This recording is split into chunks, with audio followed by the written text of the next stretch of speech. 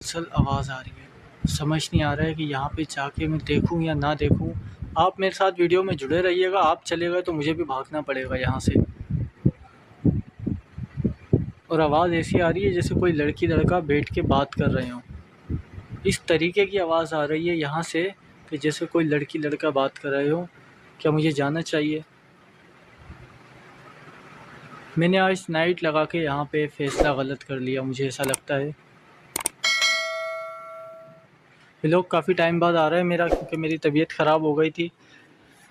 जिस घर में मैं गया था अपनी पुरानी वीडियो में, वहाँ के हालात बिल्कुल सही नहीं थे। वाइट कलर की जो चीज़ दिखी थी